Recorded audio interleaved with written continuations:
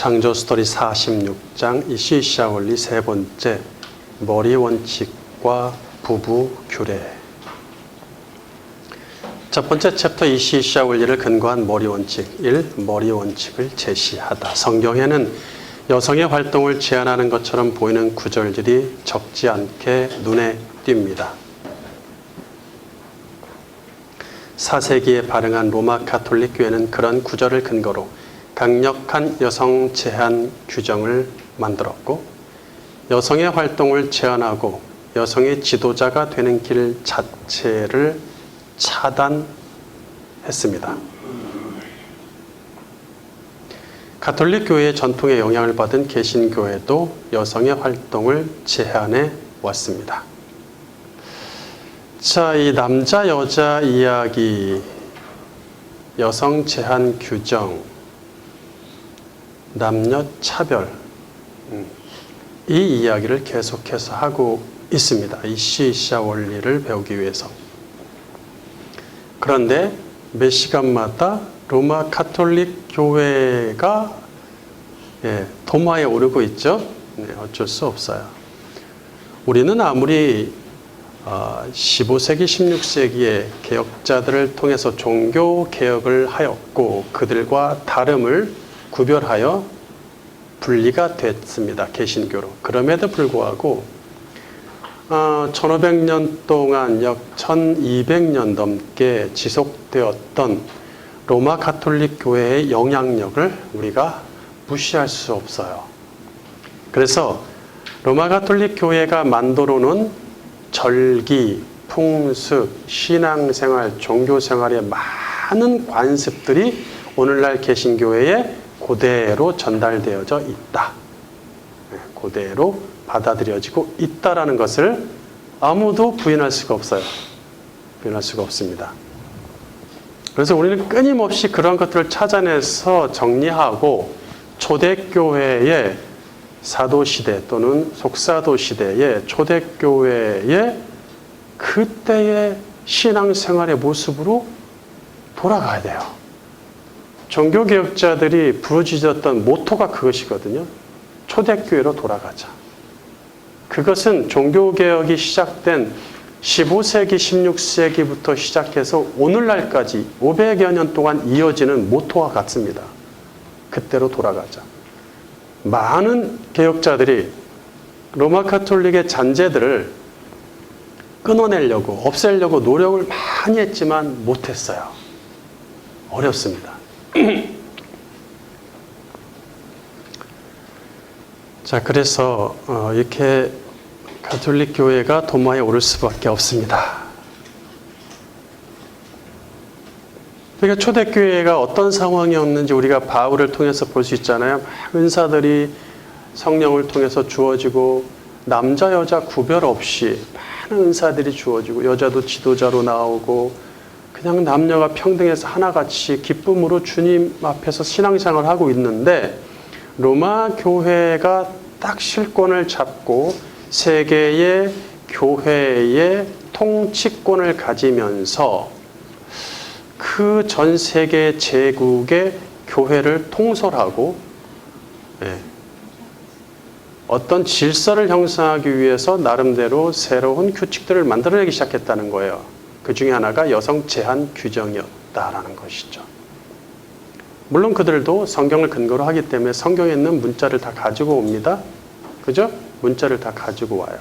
문자만 가지고 오는 것이, 문자 그대로만 가지고 와서. 그러니까 오늘날 얼마 전에 교황이 새롭게 미국 주교가 교황으로 등극했죠? 그랬어요. 그런데 교황 제도는 성경적입니까? 전혀 성경에서 근거할 수가 없는데, 그 베드로에게 천국의 열쇠를 주겠다. 그거 한 구절. 그거 딱 한 줄 가지고 로마 교회가 먹고 사는 거예요, 지금. 네? 천주교가 그 하나로 좌지우지되고 어마어마한 세력과 종교를 만들어냈단 말이죠. 그게 그거 한 구절이 그런 의미가 아니잖아요. 그 문자가. 만약에 그게 문자 그대로라면 베드로는 불사신이 됐어야죠. 지금 죽으면 안 되죠. 그가 죽으면 교회가 끝나는 건데, 그가 교회 열쇠를 주고 있는데 그가 죽으면 교회 열쇠 어떻게 해? 끝나는 거죠, 교회는. 그런 의미가 아니었다는 얘기죠. 하지만 21세기에 들어서 여성의 지위는 남성과 같아지거나 때에 따라 남성보다 높아졌습니다. 계속해서 반복되는 얘기지만 또 하고 또 합니다.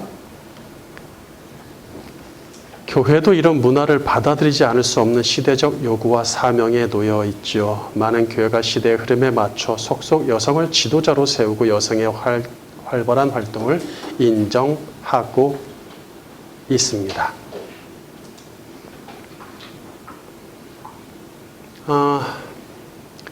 우리도 이제 자매 세 사람이 이제 신학도 하고 주의를 하겠다고 헌신하겠다고 풀타임으로 이렇게 헌신을 했죠. 그런데 우리 교단에서는 여자를 안수를 주지 않습니다. 안수를 주지 않지만 아마 우리 세 자매들이 공부를 다 하고 났을 때는 줄 확률이 높습니다. 바뀔 수도 있다는 얘기죠. 이거는 하나의 바뀔 수 있는 진리가 아니기 때문에 바뀔 수도 있다는 얘기예요. 또는 안 된다면 필요하다면 목사 안수를 받는 교단으로 바꿀 수도 있고, 또는 목사 안수 없이 문서 선교나 가르침의 선교를 할 수 있습니다. 여러 가지로. 그럼에도 여성의 활동을 제한하는 성경 구절은 여전히 눈에 거슬립니다. 교회들은 성경이 아무리 그렇더라도 오늘날 시대가 바뀌었기에 어쩔 수 없다고 말하면서 여성의 활동을 제한하는 구절들을 회피한다는 얘기죠.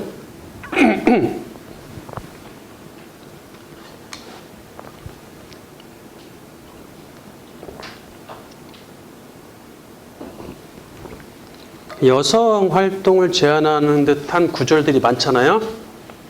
그 구절들을 회피를 해요. 아예 회피하고, 아니면 다루더라도 매우 불분명하게 명확하지 않게 끝마무리를 집니다. 제가 좀 유명하다는 분들 이렇게 여러 가지 뭐 이렇게 그거에 관련된 글들을 봤는데 어영부영 이렇게 넘어가는 식인데 그렇게 말씀은 어영부영 넘어가는 게 아니에요. 명쾌합니다. 성경의 저자이신 성령이 오늘날 이처럼 여성에 대한 주의가 상승하는 시대로 바뀔 것을 모르셨을까요? 하나님 몰랐어요? 모르고 잘못 성경 기록하셨어요? 그렇게 모르고 그런 구절을 쓰신 것은 아닙니다. 성경의 저자이신 성령뿐이 아니라 대리 필사한 바울과 모든 사도도 마찬가지죠. 성령은 창조 때부터 끝날까지 전 시대를 아시고 성경을 쓰셨습니다. 오늘날 AI가 중요한 역할을 하고 매우 활발하게 사용되고 활동하는 그런 시대임을 2000년 전에 몰랐을까요? 모르고 했다면은 사실 뭐 성경 뭐 볼 게 하나도 없겠죠. 다 알죠. 따라서 여성 활동을 제한하는 듯한 구절들에 대해서 감추고 회피하기보다는 더 깊이, 오히려 더 깊이 다루고 더 많이 해석되고 설교되어야 합니다. 그 구절들은 여성의 활동을 제한하고 여성 지도자를 금지하는 구절이 아니라 오히려 은혜로운 구절이기 때문이죠. 주의할 것은 성경은 교회에서 여성의 활동을 제한하지 않지만 그렇다고 교회에서 여자와 남자가 똑같이 말하고 똑같이 행동하기를 추구하지도 않습니다. 자, 요게 이제 여기서부터 좀 더 복잡해지는 것이죠. 그래서 오늘 이 시간은 그 부분을 다룰 거예요. 여자로서 또는 남자로서 말과 행동에 차이가 있어야 함을 고수합니다. 여자로서 남자로서라는 말은 이미 학교나 교육 현장에서 쓰지 못하도록 점점점 분위기가 되고 있죠? 애들한테, 어린애들한테도 여자로서 남자로서 말을 못 씁니다, 이제. 그 자체가 이제 차별이다 생각하는 거죠. 성경은 분명히 그것을 말합니다. 여자로서 또는 남자로서 말과 행동에 차이가 있어야 함을 고수한다는 얘기죠. 이것은 차별이 아니라 차이입니다. 차별이 아니라 차이, 어떤 차이인지를 알아야 돼요. 그렇다고 해서 뭐 교육부에다가 그거는 우리가 그렇게 얘기하는 것은 차별이 아니라 차이니까 자, 잘 봐봐, 배워봐, 교과서에 올려봐 이럴 수는 없잖아요. 예. 그들은 그냥 이런 말 자체가 싫어요. 여자로서 남자로서라는 말 자체가 싫은 거예요.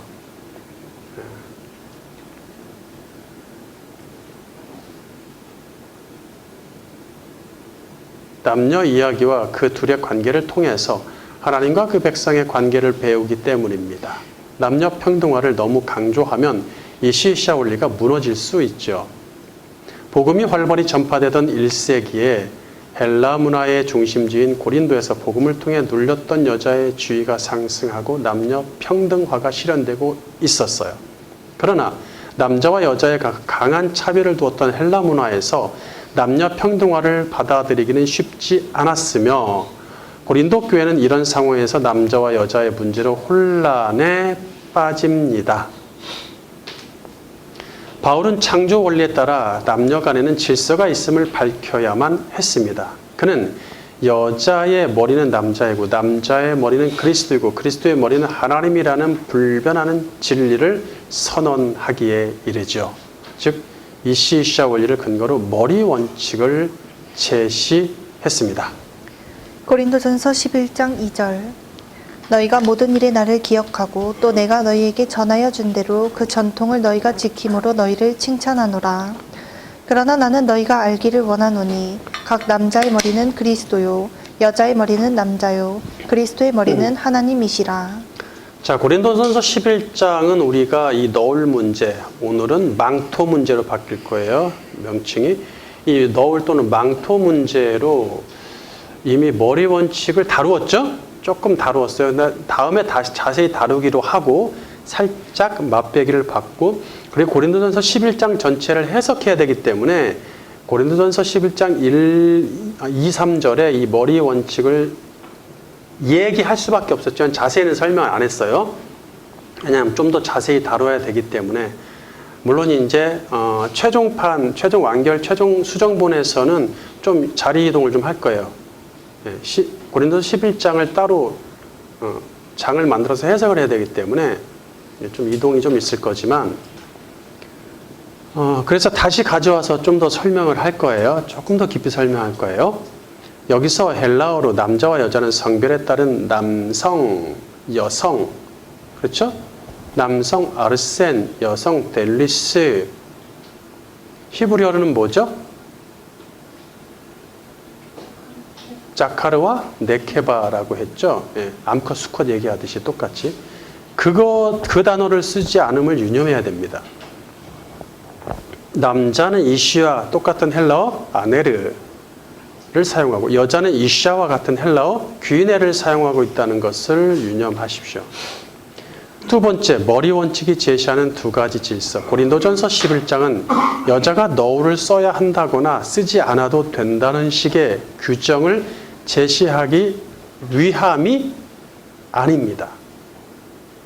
너울은 하나님 나라를 좌지우지하지 않고 복음과 구원과도 큰 상관이 없는 일종의 문화에 해당하므로 상황화를 통해 해결하면 됩니다.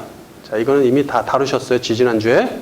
이해하시겠죠? 또, 즉, 써도 그만, 안 써도 그만이란 사실이죠. 4절 무릇 남자로서 머리에 무엇을 쓰고 기도나 예언을 하는 자는 그 머리를 욕되게 하는 것이요 무릇 여자로서 머리에 쓴 것을 벗고 기도나 예언을 하는 자는 그 머리를 욕되게 하는 것이니 이는 머리를 민 것과 다름이 없음이라.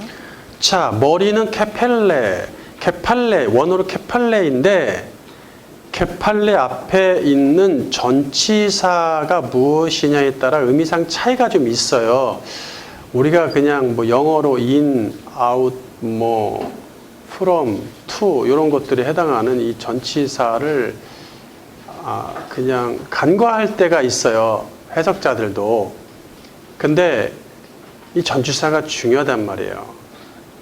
한 단어, 짧은 한 단어가 전체의 분위기를 좌지우지할 수 있기 때문에 그래서 이런 거를 매우 중요시 여기는 그 깊이 있는 주석을 만들어내는 신학자들은 전통적이고 인정하는 그런 신학자들은 이러한 전치사 하나하나를 세밀하게 다룹니다.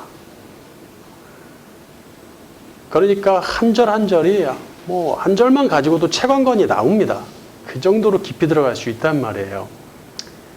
자, 그런데 그걸 제가 다 여기 안에도 지금 그런 전치사가 쓰고 안 쓰고의 문제가 있어서 그 구조를 다 다룰 수는 없으니까 근본적인 것만 얘기를 할게요. 자, 머리에 무엇을 쓰거나 덮는다라고 할 때, 무엇을 쓰거나 덮는다라고 할 때 무엇 위에란 뜻의 전치사 에피가 있단 말이에요. 에피를 사용하거나 또는 위가 아니라 반대로 아래란 뜻, 무엇 아래로란 뜻의 전치사 카타를 사용할 수도 있습니다. 그러니까 에피를 사용하냐 카타를 사용하냐에 따라서 이 케팔레 머리 앞에 어떤 전치사가 붙냐에 따라서 의미상 차이가 있다는 얘기죠. 에피를 사용해서 에피케팔레스가 되는 거거든요. 케팔레는 뭐라 했어요? 머리라 그랬죠?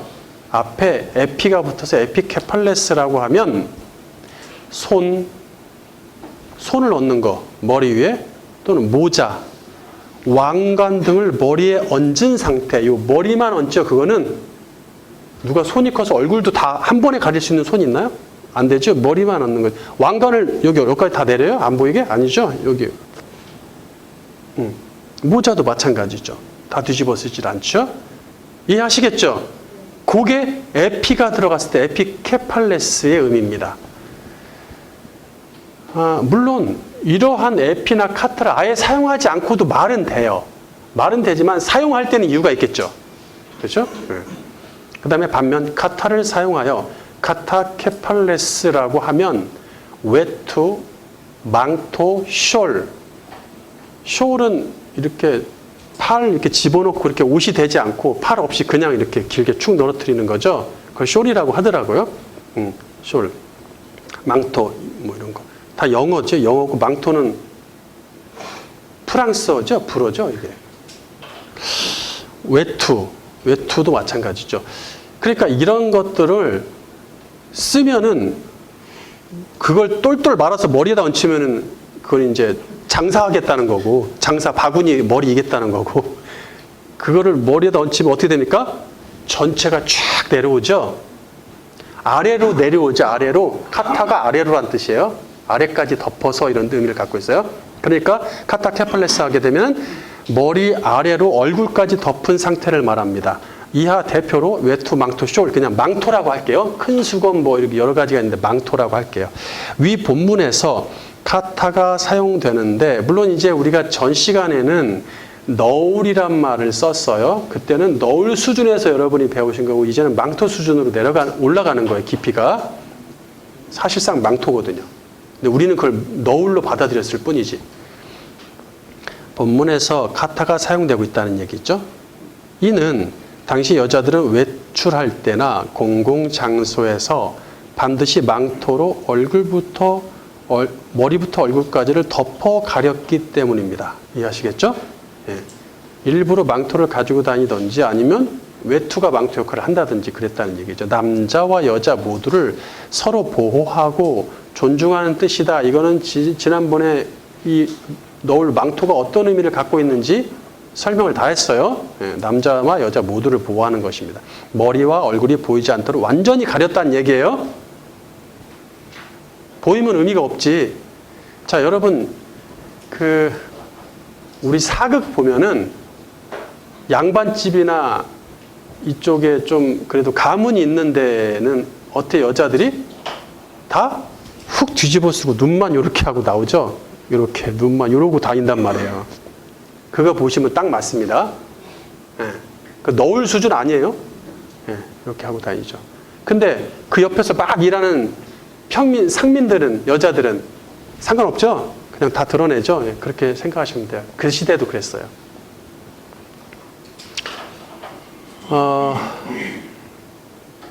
오늘날 이 헬라 전통을 따르는 교회들은 로마 가톨릭 교회나 형제회, 브레들린이나 이단 사이비도 이단 사이비들이 많이 하죠. 뭐 하나님의 교회, 뭐 안상호 이쪽이나 그런 데들도 이거 많이 합니다. 얼굴 가리는 거. 걔들은 문자만 갖고 오니까. 문자밖에 모르니까 성경을. 그래서 오늘날 이 헬라 전통을 따르는 교회들은 요 이제 본문을 가지고 형식적이고 간략화된 형태로서 망사로 된 흰색 너울을 여자에게 쓰도록 합니다. 망사 너울입니다. 망사 너울은 머리와 얼굴이 완전히 가려지지 않습니다. 그리고 보입니다. 이렇게 보면 망사라서 보여요. 네, 귀도 보이고 머리도 보이고 머리핀도 다 보여요. 망사라서. 왜 망사했어? 뒤집어 쓰면 덥잖아요. 덥고 거기서 잠을 자는지 안 자는지 잠이 오지. 덥고 자게 생겼네. 그래서 망사로 했어요. 그지만 원래 헬라 전통에서 망사는 없습니다. 그런 개념은 없어. 아예 없습니다. 망사 개념은. 망사 너울은 머리와 얼굴이 완전히 가려지지 않고 어느 정도 보인다는 얘기예요. 이 형식은 카타 케펠레스. 자, 이는 형식은 그러니까 이 구절을 가져와서 헬라 전통과 이 구절을 바울의 이 구절을 갖고 와서 일부 교회들이 봐봐 이거 쓰라고 돼 있잖아 해서 가져왔는데 형식은 카타 케펠레스인데 모양은 에피케펠레스가 됐죠. 이해하시겠어요? 예. 형식은 그걸 갖고 와야 된다. 왜? 지금 형식은 뭐라고 얘기하는 거예요? 바울은 카타 케팔레스를 얘기하는데 그걸 갖고 와서 간략화시켜서 에피 케팔레스가 된 거죠.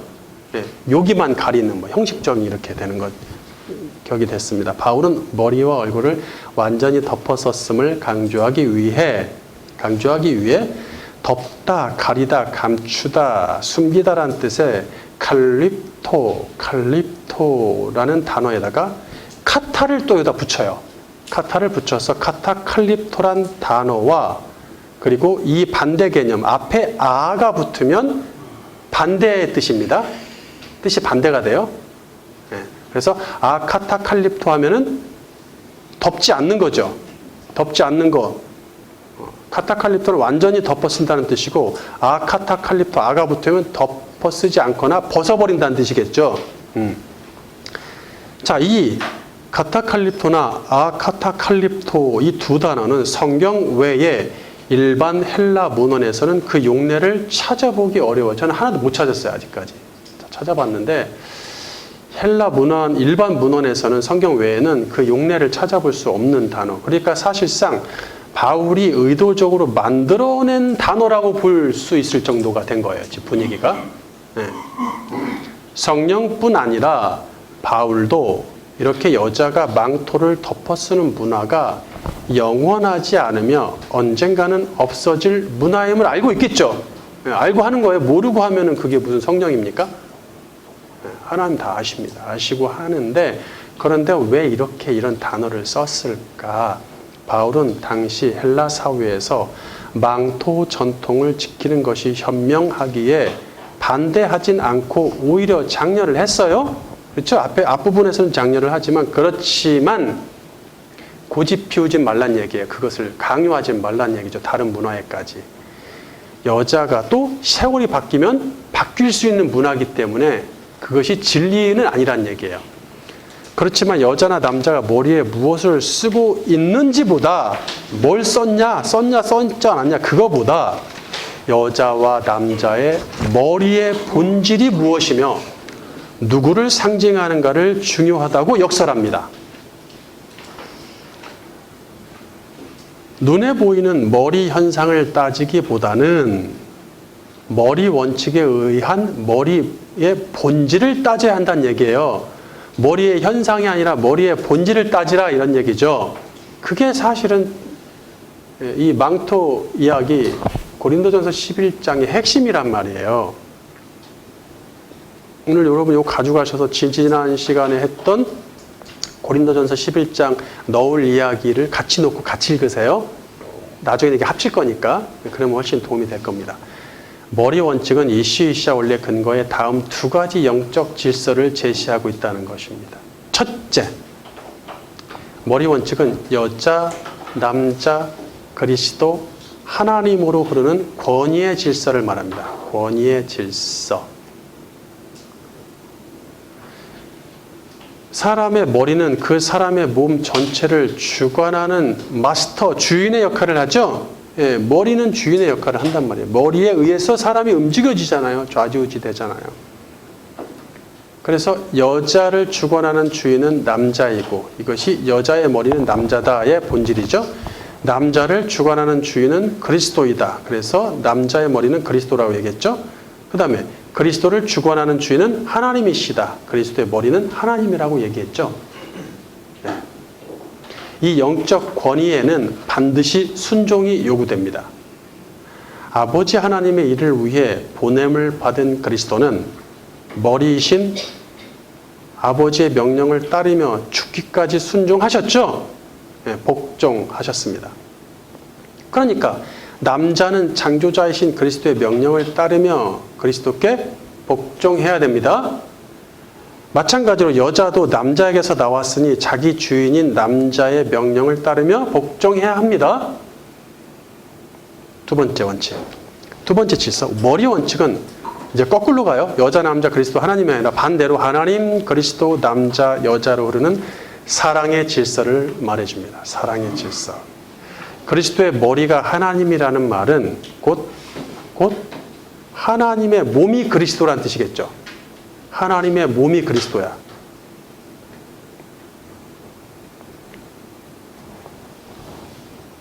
그 다음에 남자의 머리가 그리스도라는 말은 곧 그리스도의 몸이 남자라는 뜻도 된다는 얘기예요.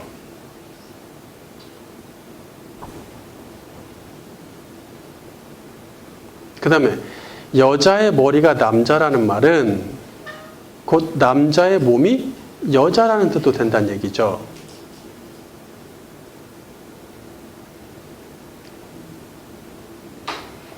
하나님의 몸은 그리스도이고 그리스도의 몸은 남자이고 남자의 몸은 여자입니다. 우리는 본능적으로 자기 몸을 아끼고 사랑하죠. 성부는 당신의 몸인 성자를 사랑하시어 그를 죽음에서 살리심으로 영광스럽게 하셨습니다. 가장 큰 영광이었죠.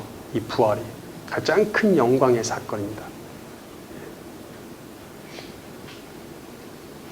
아버지 하나님은 당신의 몸인 아들 그리스도를 사랑하셔 그를 죽음에서 살리시고 당신의 나라의 왕으로 삼으셔서 요거는 지웁시다.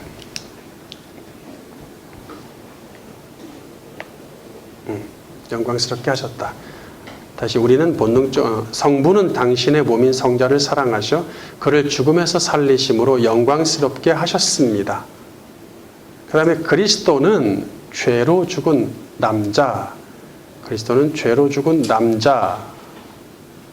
남자들 누구죠? 아담들로 보시면 됩니다. 정확합니다. 아담들을 사랑하시어 살리는 영이 되려고 당신의 목숨을 내놓으셨죠. 이 아담들로 형성된 것이 교회죠. 교회가 그리스도의 몸이고, 그렇죠? 그러니까 머리는 그리스도고, 이게 다 연결되는 거예요. 이게 다.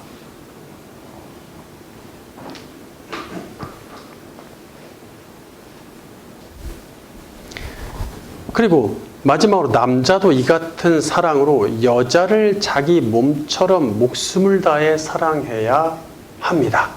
예. 이것이 사랑의 질서예요. 이렇게 아네르와 귀네 사이에 머리 원칙이 말하는 두 가지 영적 질서가 있어야 합니다. 여자는 영적 권위의 질서를 인정하여서 남자에게 순종해야 되겠죠. 동시에 남자는 영적 사랑의 질서를 인정하여 여자를 목숨처럼 사랑해야 합니다. 그러니까 머리다 하니까 네 머리는 나다? 까불지 마? 이런 수준이 되면 안 되겠죠. 매우 유아적인 수준이죠. 그 안에는 뭐 또 들어있는 거예요? 머리면은 그 몸은 누구냐는 거예요. 그러니까 내 몸 사랑하듯이 네 몸도 네 아내도 내 몸처럼 사랑해라. 이게 같이 들어있단 말이에요. 그 안에 머리 원칙 속에. 머리 원칙 속에는 통제, 다스림, 주권만 들어있는 게 아닙니다. 권위의 질서와 사랑의 질서가 같이 들어있다는 얘기예요. 이씨와 이샤처럼 아네르와 귀네는 결혼을 전제로 한 남자와 여자를 말합니다. 따라서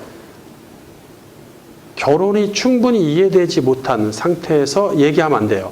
이시시아 원리를 근거로 제시하는 규정들은 무턱대고 아이들에게 강제 주입할 수 없습니다. 그러니까 말을 배우기 시작하는데 4살짜리 갖다 놓고 야, 너 딸한테 야, 너 남자한테 복종해야 돼? 이렇게 가르치지 말란 얘기예요. 그렇게 안 되겠죠? 그렇게 하면 안 됩니다. 그들이 결혼이 무엇인지를 충분히 성경적으로 인식할 때 얘기할 수 있는 거죠. 또 결혼하지 않은 남녀에게도 조심스럽게 적용해야 되겠죠. 예를 들어서 청년들이 10명 있어. 남자 5, 여자 5 있어. 근데 와서 거기 여자들은, 자매들은 그 형제들한테 복종하십시오. 웃기잖아요. 이렇게 되지 않는다는 얘기예요. 조심스럽게 그걸 배우지만 그것은 결혼을 전제로 한다. 반면 결혼한 남편과 아내에게는 직접적이고 근본적인 실천사항으로 곧바로 적용이 돼야 되는 것이죠. 가감 없이. 두 번째, 바울이 주는 부부 규례. 1. 아내에게 말하기를 남편에게 복종하라. 이시시아 원리를 모르는 교인들은 성경적 결혼의 개념은 알지 못한 채 세상의 결혼 문화를 따라갑니다. 세월이 흐르면서 창조 원리들이 퇴색되고 성경적 결혼 개념도 무시되고 있죠. 과거에는 결혼하지 않고는 살기 어려운 세상이었습니다. 살기 위해서 또는 자기의 욕구를 충족하거나 욕망을 성취하기 위해서 결혼을 해야만 했어요. 하지만 오늘날 우리 사회는 배우자 없이도 혼자 자신의 필요를 충족하며 살기에 부족함이 없는 세상이죠. 결혼하면은 2명을 먹여 살려야 되고 자식 낳으면 3명, 4명 먹여 살리는데 혼자 살면 자기만 먹고 살면 돼. 남죠. 남으니까 뭐예요? 여행도 다니고 맛집도 찾아다니고 자기 취미생활도 하면서 인스타에 사진을 올리면서 찬사를 받을 수 있단 말이에요. 그게 유행한다는 얘기죠.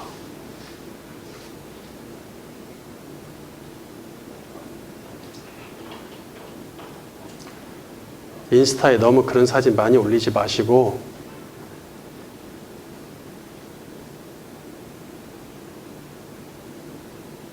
내가 신앙이라는 정체성을 여실히 보여줄 수 있게 해야 되는 것이죠. 어떻게 불신자하고 신자하고 인스타가 똑같을 수 있습니까? 도무지 그걸 통해서 신자인지 불신자인지를 구별할 수 없다는 것은 매우 슬픈 일이에요. 복음이 무시되고 있다는 얘기죠. 복음을 받아들였을 때 그 사람의 삶이 뒤집어집니다. 송두리째 삶이 바뀌고 새 사람이 되는데 어떻게 삶이 송두리째 바뀌지 않는 옛사람하고 똑같을 수 있습니까? 내가 자랑하는 것들이 어떻게 똑같을 수 있어요? 이율 배반 아닙니까?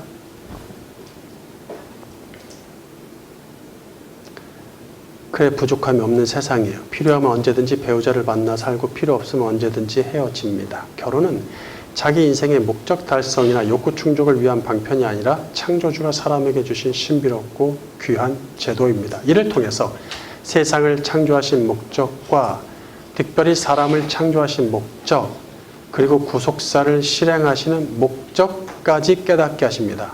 예? 이게 이렇게 남녀 이야기가 호락호락하지 않아요. 세상을 창조하신 목적이 거기 들어있고 사람을 창조하신 목적이 들어있고 구속사를 실행하시는 인류의 역사를 실행하시는 목적까지 들어있단 말이에요. 이에 사도들은 그리스도 공동체에게 머리 원칙에서 제시하는 2가지 영적 질서를 강조하면서 아내는 남편에게 복종하고 남편은 아내를 사랑하라는 부부 규례를 제시하죠. 사도들이 똑같은 입장을 취하고 있습니다. 먼저 바울이 아내들에게 주는 명령입니다. 골로새서 3장 18절 아내들아 남편에게 복종하라 이는 주 안에서 마땅하니라.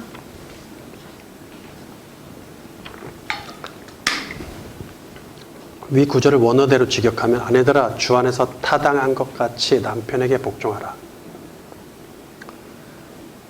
그러니까 이게 이제 남편에게 복종하라 당연한 거야? 이렇게 끝내지 말고 그러니까 이게 이제 남편에게 복종하는데 이게 왜냐하면 주 안에서 타당한 것처럼 한 것 같이라는 말이 들어가 있어요. 주 안에서 타당하다라는 말, 주 안에서 타당하다는 말은 그리스도 안에서 타당한 질서를 따른다는 뜻이 들어있거든요. 그리스도 안에서 타당한 어떤 질서를 따르고 있다. 머리 원칙은 그리스도에 의해서, 그리스도 때문에, 그리스도를 위해서 세워진 것입니다. 예? 뭐 그렇게까지 말씀하시냐고. 뭐 하나님은 나오지도 않네 여기에. 성령님은 나오지도 않네. 이렇게 말씀하실 겁니까? 아니, 그리스도가 하나님이시고 그의 영이 성령인데 뭘 얘기할 게 있어요. 그리스도 얘기하면 다 얘기한 거지. 세상이 왜 창조됐어요?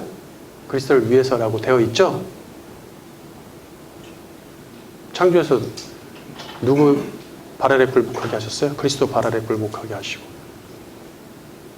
그러면 그것을 말해주는 머리 원칙은 그리스도에 의해서, 그리스도 때문에, 그리스도를 위해서 세워진 것입니다. 자, 여자, 남자, 그리스도, 하나님으로 흐르는 권위 질서 아까 말했죠? 이 권위 질서가 성립되고 반대로 하나님, 그리스도, 남자, 여자로 흐르는 사랑의 질서가 성립되려면 사람과 하나님과 사람 사이에 뭐가 있어야 돼요? 그리스도가 있어야 되겠죠. 그리스도가 있어야 이게 성립이 되죠.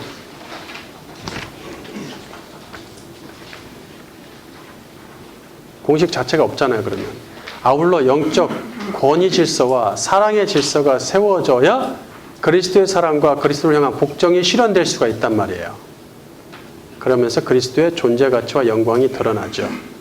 예.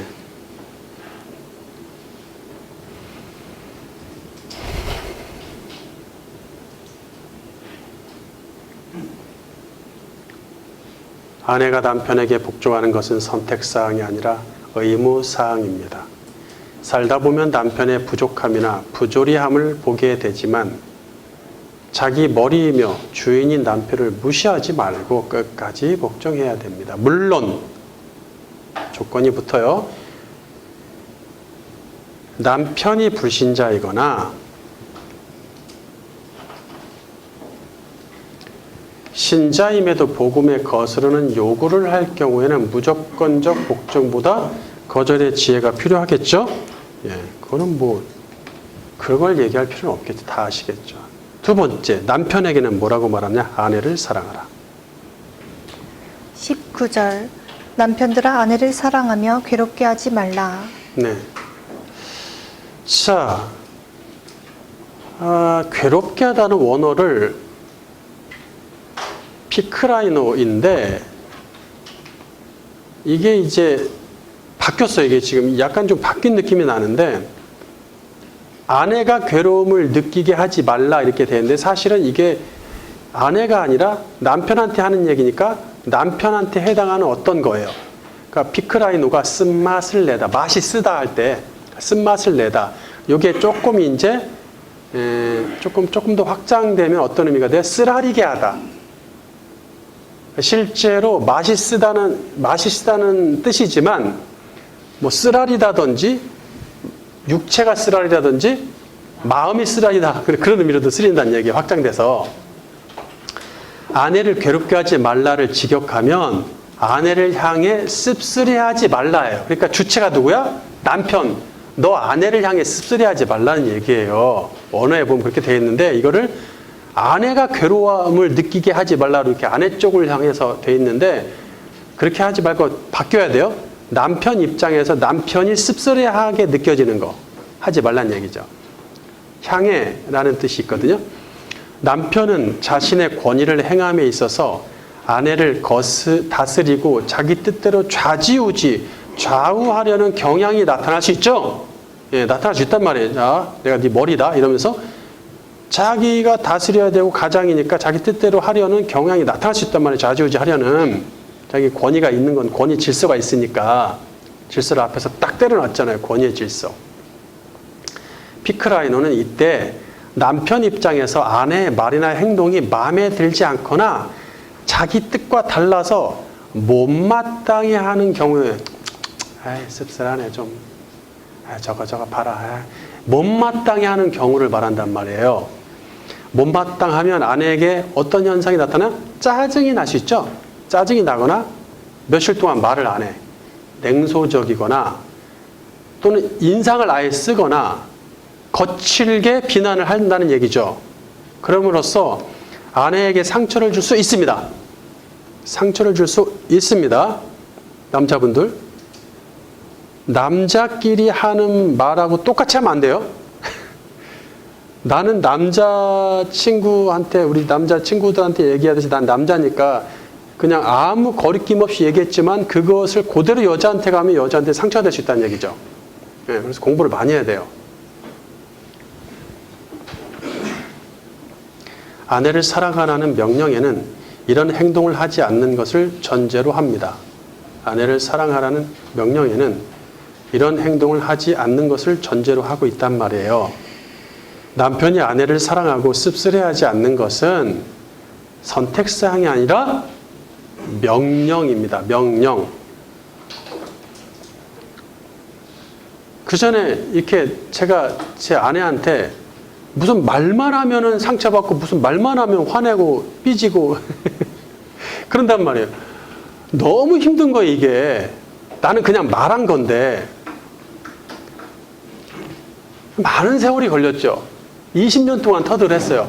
아, 그렇구나. 아, 그렇구나. 아, 그러니까 이게 진짜 그런 수업을 해야 돼요. 이 젊은 사람들은 그런 수업을 하고 결혼을 해야 돼요. 아이, 참. 못난 과거가 생각이 납니다. 저의 못난 과거가. 안타깝죠. 남편이 아내를, 이건 선택사항이 아니라 명령이다. 살다 보면 아내에게서 남자와 비교되는 힘과 능력의 한계, 즉 여자의 연약함을 느끼더라도 아유, 우리 어머니는 애 셋 기르고 청소 빨래하고 세탁기가 어딨어? 뭐 밥통이 어딨어? 전기 밥통이 가마솥 긁어서 뭐하고 근데 저 여자는 왜 이렇게 저렇게 나약할까? 남자들 다 생각하거든 이거야. 자기는 힘이 안 들거든. 남자니까. 그러니까 뜯어고치고 지적하고 마음에 안 들고 그렇잖아요. 그렇게 연약함을 느끼더라도 뜯어고치고 지적하고 하지 말고 주의 사랑으로 끝까지 품어야 됩니다. 부부 규례의 결론은 다음과 같습니다. 23절 무슨 일을 하든지 마음을 다하여 주께 하듯 하고 사람에게 하듯 하지 말라. 이는 기업의 상을 주께 받을 줄 아나니 너희는 주 그리스도를 섬기느니라. 불의를 행하는 자는 불의의 보응을 받으리니 주는 사람을 외모로 취하심이 없느니라. 네, 아내는 남편을 서로 예수님을 대하듯 하라. 야, 예수님 대하듯 하라. 야, 이거 뭐 그냥 긴 말 할 것도 없네요. 긴 말 할 게 없네. 우리는 하늘 보좌에 계신 은혜의 구세주를 눈으로 보면서 직접 섬길 수 없단 말이에요. 구세주가 보이십니까? 안 보이시지? 근데 아내 속에 누가 있어요? 그리스도가 있죠. 남편 속에 그리스도가 있죠. 그러니까 그 그리스도를 투명인간 취급하지 마세요. 그리스도가 있는 그 아내한테 막 하면 어떻게 되는 거예요? 그리스도가 있는 남편한테 막 하면 어떻게 되는 거예요? 그 안에 있는 그리스도를 투명인간 취급하는 거 아니겠습니까? 그 속에 그리스도를 섬기듯 서로를 대해야 합니다.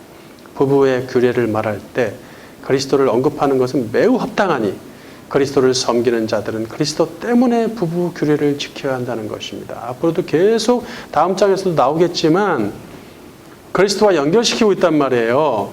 부부 규례를 얘기하고 뭔 얘기를 해도 그리스도가 닦여 있습니다. 그것이 다음 시간에 이제 밝혀질 거지만 어쨌든 만약 그렇지 않으면 불의를 행하는 것과 같으므로 그에 대한 보응을 받을 것입니다. 배우자 속에 거하는 의의 결정체가 누구예요? 그리스도죠. 그 의가 그 사람 내 아내 내 남편 속에 있는데 그 의를 무시하는 것은 불의죠. 불의를 행하는 것은 보응을 받도록 되어 있단 말이에요. 반드시. 예수님은 겉으로 드러나는 외면보다 내면을 꿰뚫어 보심으로 내면에 진정한 복종과 사랑이 있어야 합니다. 세 번째 챕터, 베드로가 주는 부부 규례. 오늘은 그렇게 어렵지는 않습니다. 어렵지는 않지만 이 부분을 따로 빼서 한 장으로 만든 이유는 부부에 관해서 온전히 얘기하는 것만 가져온 거예요. 다른 거 연결시키지 않고 온전히 부부 또는 남편, 아내 또는 예비 남편, 예비 신랑, 신부.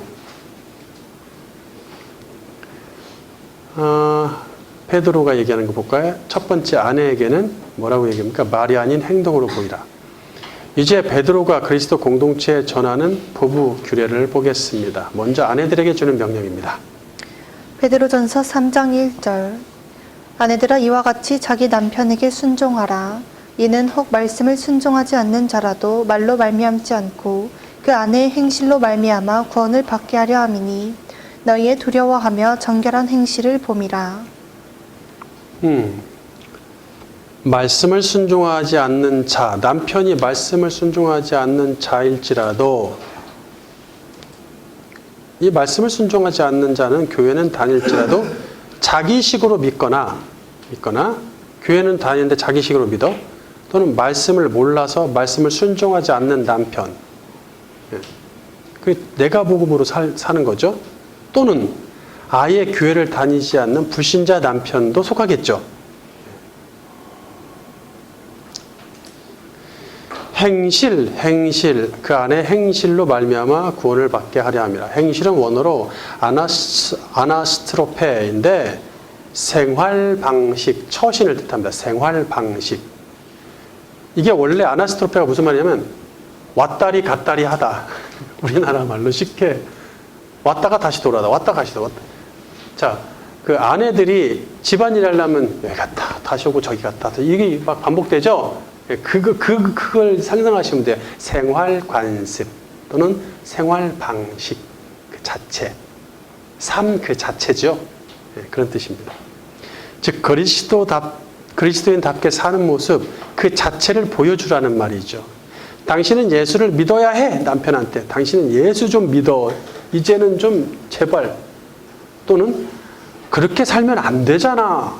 교회 다니는 사람이 그렇게 하면 돼. 라는 말보다는 차라리 아내는 삶으로 보여주는 편이 더 낫다는 얘기를 하고 있어요. 이게 훨씬 효과적이다. 네? 자, 구원을 받다. 나 큰일 났네, 웃겨서. 그 대목에서 가온이가 끄덕끄덕 계속 하길래 마치 희원아 삶으로 보여줘라 말하지 이러는 것 같아서 혼자 막 웃었어요.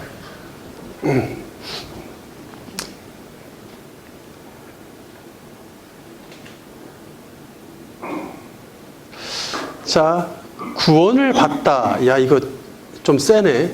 구원을 받다는 원어로 켈다이노인데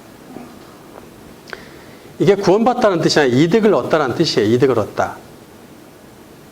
여기서는 3인칭 복수형 수동태로 사용되었으므로 그들이 이득을 내다라는 뜻이에요. 그들이 이득을 내다.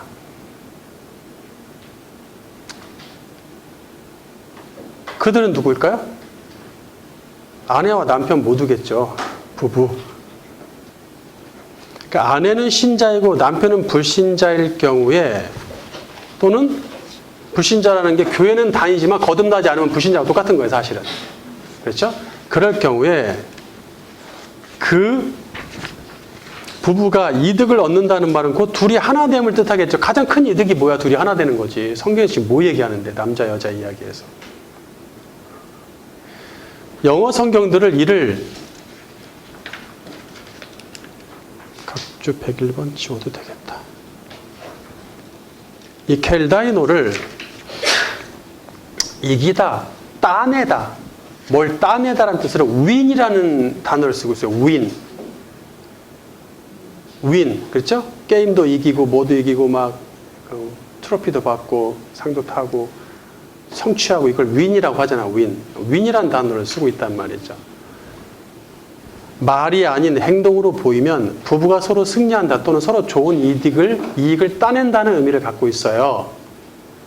우리 성경은 그거를 그냥 함축해가지고 최고로 큰 이득이 구원 아니겠어? 그냥 구원으로 그냥 의역을 했는데 원래는 뜻은 이런 뜻이에요. 부부의 최고의 승리와 이익은 함께 경건한 믿음의 길을 걷는 돕는 동행이 되는 것이겠죠. 이것만큼 큰 이득이 어디 있겠어요. 그럴 때 진정으로 이시이시아 원리대로 하나가 된다는 얘기죠. 네. 2절에서 보다, 그러니까 너희의 두려워하며 정결한 아내들한테 하는 얘기예요. 아내 너희의 두려워하며 정결한 행실을 누가 보고 있어? 남편이 본다. 보다는 원어로 에포티오, 좀 어려운데 에포티오인데 이게 그냥 보는 것보다 관찰하거나 조사하면서 본다는 뜻이에요. 말씀에 순종치 않는 남편은 겉으로 아내의 신앙생활과 생활 방식을 관심 없는 척하지만 어디 뭐 실컷 믿어봐라. 뭐 그런 식으로 교회 다녀봐. 나는 그렇게 안 다녀. 뭐 이렇게 관심 없는 척하지만 실제로 관찰하고 있다는 얘기예요. 관찰하고 있습니다. 그래서 아내가 하나님의 눈을 인식하며 그분을 두려워하는지, 그래서 정결한 삶을 사는지를 보고 있습니다. 보고 있어요. 그러니까 그 전에 보니까 이런 얘기도 하던데, 남편이 하도 예수를 안 믿어서 뭐라고 했더니 남편이 한다더니 내가 너 때문에 예수를 안 믿어. 이렇게 되면 안 된다는 얘기죠.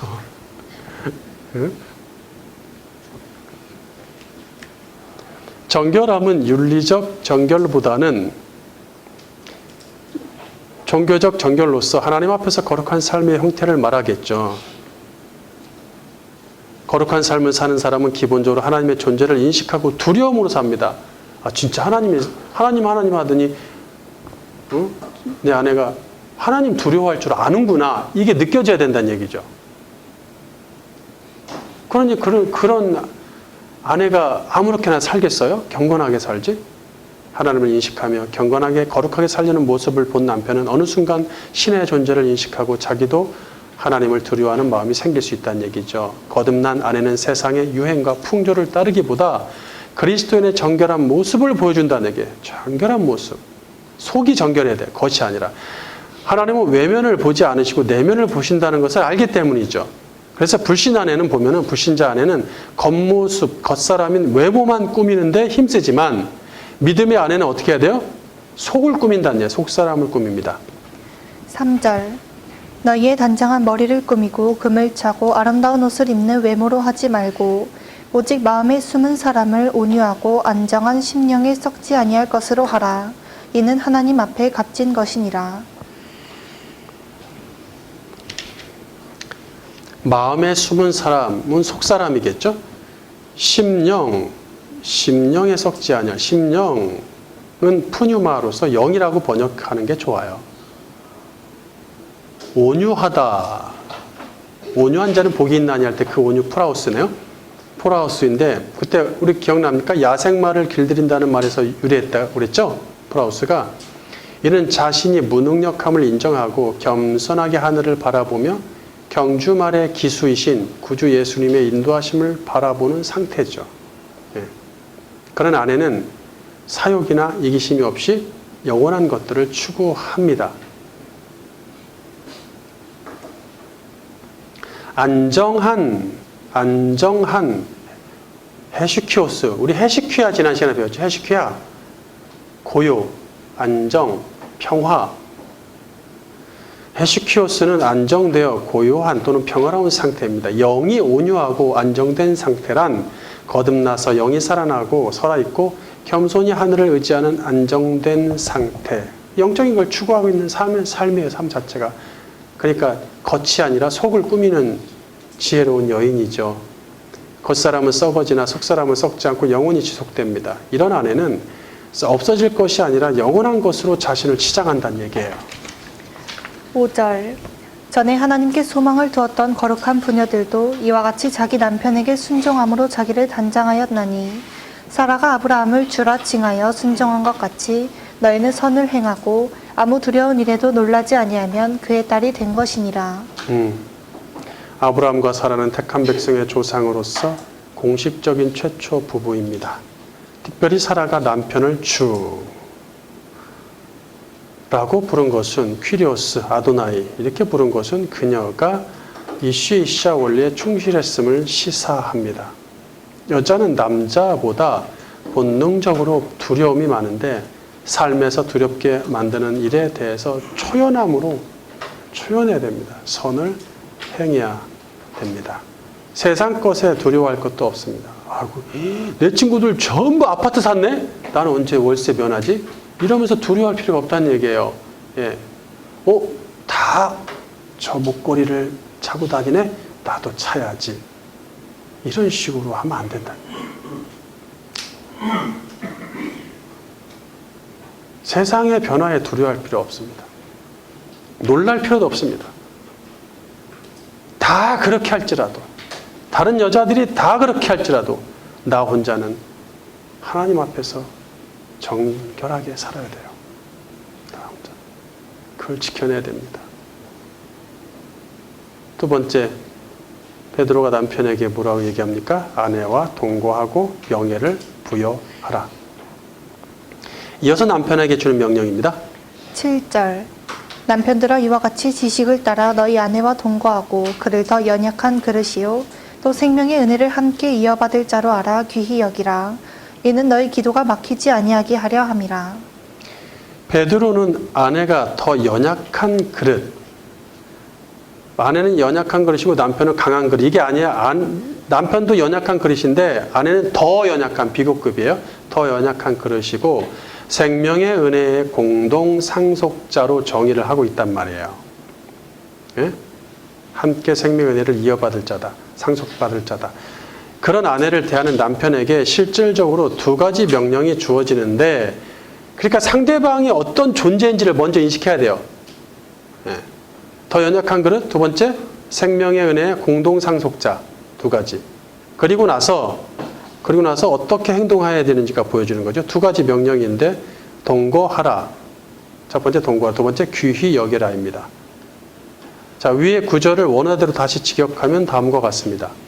제번역 마찬가지로 남편들아 그녀가 더 연약한 그릇이므로 지식을 따라 동거하고 그녀가 생명의 은혜의 공동 상속자이므로 명예를 부여하라. 이는 너희 기도가 막히지 않기 위함이다. 이게 줄이 안 쳐져 있네. 거기 위에 7절에 동거하고 귀히 여겨라. 이게 두 가지 동사가 명령형으로 돼 있어요. 이 7절이. 그 다음에 그것을 재번역하면 동거하고와 명예를 부여하라가 되는 것이거든요. 그거에 조금 표시를 해두세요. 자, 첫째 명령으로서, 첫째 명령 볼게요. 아내와 동거한다.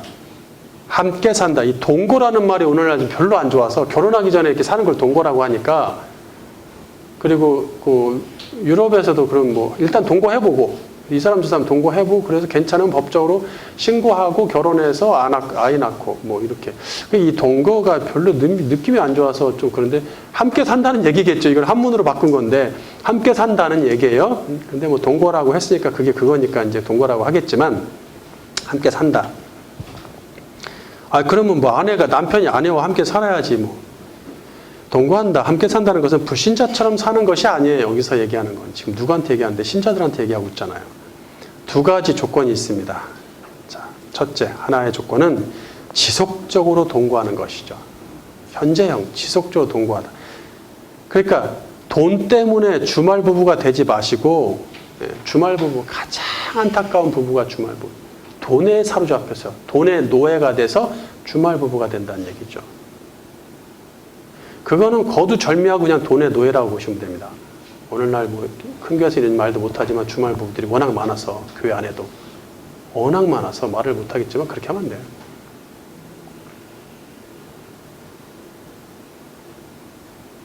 지속적으로 동거입니다. 또 하나의 조건이 뭐냐? 지식을 따라서 동거해야 된다. 그냥 동거는 지식을 따라. 뭘 따라요? 지식. 지식은 무슨 지식이에요? 하나님과 그리스도를 아는 지식이겠죠. 말할 것도 없이. 이 지식은 이시시아 원리에 관한 지식으로 더 깊어질 수 있겠죠. 이시시아 원리도 모르는데 그리스도와 하나님과 그 백성과 교회의 관계를 뭘 알겠습니까? 얼마나. 문자만 알지. 깊이 있게 알지 못한다는 그런 지식이 필요하다는 얘기예요. 창조 원리에 따라 사람을 남자와 여자로 만드시고 여자를 남자에게서 나오게 하셨으니 이로써 여자의 존재 자체를 남자보다 더 연약하게 하신 건 사실이에요. 돕는 통에 옆불에서 나와서 옆에서 나란히 가는 존재지만 그러나 남자에게서 나오게 하심, 비롯되게 하신다는 거죠. 그 이야기는 또 어떤 의미를 갖는 거예요? 동행도 있지만 남자가 같이 안고 가야 된다는 얘기죠. 연약하니까, 더 연약하니까. 연약한 그릇이란 말은 떨어뜨리거나 거칠게 대하면 깨진다는 의미로 그릇이란 단어를 썼어요. 여자를 남자 대하듯 하는 남편은 창조 원리를 무시하고 이시이샤 원리마저 파괴하는 행위입니다. 예. 성경의 남녀에 관계된 이 원리를 아는 지식이 없으면 아내를 사랑할 수 없고 아내 대함을 통해서 성화될 수도 없습니다. 따라서 남편은 참 지식을 따라서 그 지식에 의해서 연약한 아내를 인정하고 보호하며 함께 살아야 합니다.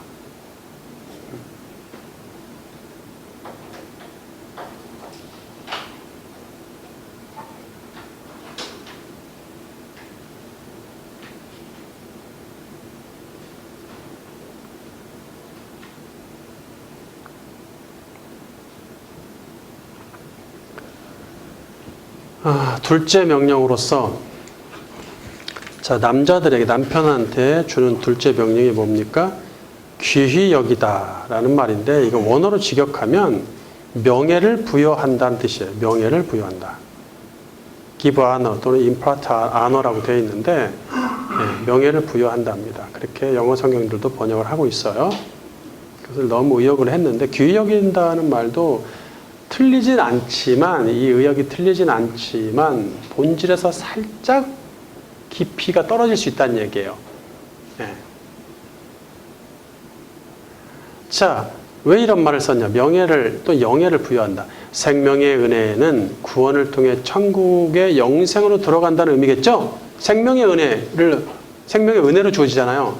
그리고 그 생명의 은혜는 영원한 생명이죠? 영생의 은혜니까 천국이죠. 곧 천국이란 얘기예요. 천국을 들어감을 의미하니 이는 함께 천국에 들어갈 공동상속자란 뜻이에요. 공동상속자. 여기 함께 이어받을 자라고 되어 있는데 그게 원어로는 한 단어예요. 공동상속자란 뜻이 있어요.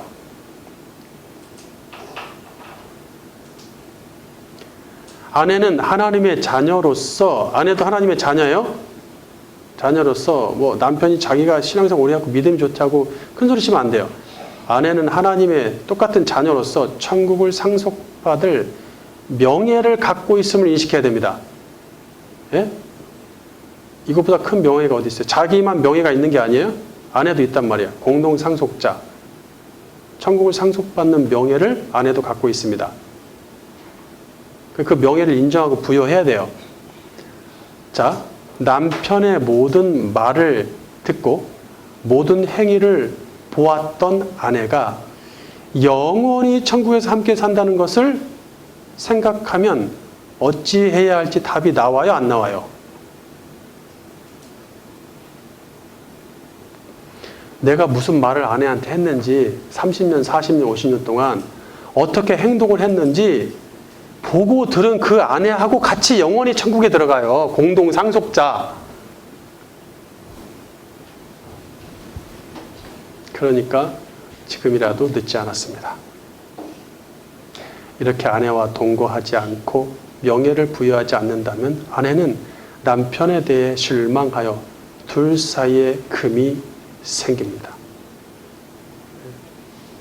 그러니까 우리가 이런 걸 실수를 잘할 수 있어. 좀 그래도 믿음이 좋고 뭐 굉장히 열성적이고 통이 큰 그런 남자들에 의해서 남자들이 이제 자기 스타일로 신앙생활 하다 보니까 이게 드러나는 것도 많고 이렇게 뭐 보여지는 것도 있고 그러잖아요. 예, 그러니까 이제 또 여자들은 그거에 비해서 좀 많이 이렇게 감춰져 있잖아요. 성향상. 그렇다 보니까 이렇게 막 그냥 다스리는 것이 강압적일 때가 있어요. 신앙생활도 막 당신 뭐 이렇게 해, 저렇게 해. 이렇게 신앙생활, 저렇게 교회 다녀. 이렇게 하고 저렇게 해. 그런 것들을 너무 무리하게 요구하는 경우가 종종 있어요. 남자들이. 예? 신앙생활 좀 하고 좀 일 좀 한다는 사람들이 아내한테 그렇게 말하고 행동할 수 있다는 얘기예요. 난 1시간씩 하루에 기도하고 있으니까 너도 1시간씩 기도해 뭐 이러면서 그냥 막 하고 이렇게 강요하면서 그렇게 하면 안 된다는 얘기죠. 공동 상속자예요. 아내는 내 종이 아닙니다. 내가 막 부리고 내가 하라는 대로 시키는 데 따라야 되는 존재가 아닙니다. 이렇게 아내와 동거하지 않고 명예를 부여하지 않는다면 아내는 남편에 대해 실망하여 둘 사이에 금이 생깁니다. 이런 상태에서는 제대로 된 기도를 드릴 수 없으니 이는 신앙생활이 정상적으로 이루어지지 않는다. 기도라는 대표성을 갖고 얘기했는데 기도가 막힌다. 막히다는 원어로 방해하다. 뭔가가 장벽을 세워서 막다 이런 뜻이거든, 원어로. 그러니까 기도가 방해받는다는 얘기는 신앙생활이 방해받는다는 얘기예요. 정상적으로 이루어지지 않는다는 뜻입니다. 아내를 함부로 대하고 이시시아 원리를 모르면서 신앙생활을 유지하는 것은 가식에 불과합니다. 가식. 결론. 오늘날 세상에서 본받을 만한 결혼과 존경할 만한 부부를 찾아보기 어렵습니다. 인고 부부라고 추앙받으며 세간의 화제가 되었던 부부가 이혼하거나 별거하는 사태를 보는 일은 흔합니다. 교회 안에서도 성경적인 부부, 이 시시아 원리를 깨닫고 실천하는 부부를 찾아보기 어렵다는 것은 마찬가지겠죠. 겉으로는 신앙생활 잘하는 화목한 부부처럼 보이지만 그 속은 서로 분열된 경우가 흔하니 이를 쇼윈도 부부라고 말합니다. 야, 이런 단어가 다 있습니다. 쇼윈도 부부. 교회에서도 쇼윈도. 저도 쇼윈도 부부로 살았던 시절이 있어요. 뭐 남말할 것도 없습니다. 부끄럽습니다. 교회에서는 부부가 열심히 신앙생활을 하네 이랬지만 교회 가면서 싸우고 예배 끝나고 나오면서 싸우고 그랬던 시절이 있었어요. 부끄럽죠. 참. 여러분은 쇼윈도 부부인가요? 그리스도 안에서 하나된 성경적 부부인가요? 이 시시아 원리를 깨달은 하나된 부부입니까? 머리 원칙에 의해서 권위의 질서와 사랑의 질서가 실현되고 있습니까? 아직 결혼하지 않은 젊은이들은 어떤 결혼과 어떤 부부를 꿈꾸시나요? 육의 세계에서도 결혼은 일륜지 대사라고 말하듯 영의 세계에서도 결혼은 비밀이 큰 하나님의 창조 원리입니다. 다른 것에 비밀이 크도다라는 말은 없습니다. 하지만 남녀 이야기, 둘이 하나 되는 것은 비밀이 크다고 얘기합니다. 신자들은 남자와 여자의 관계, 그 둘의 결합을 절대로 가볍게 보아서는 안 됩니다. 이 시시아 원리에 근거한 머리 원칙과 부부 규례들을 잘 배우고 실천하여 남자와 여자에 관한 풍성한 진리를 얻으며 천국의 비밀을 풀어가는 기쁨이 있기를 주님의 이름으로 축원합니다.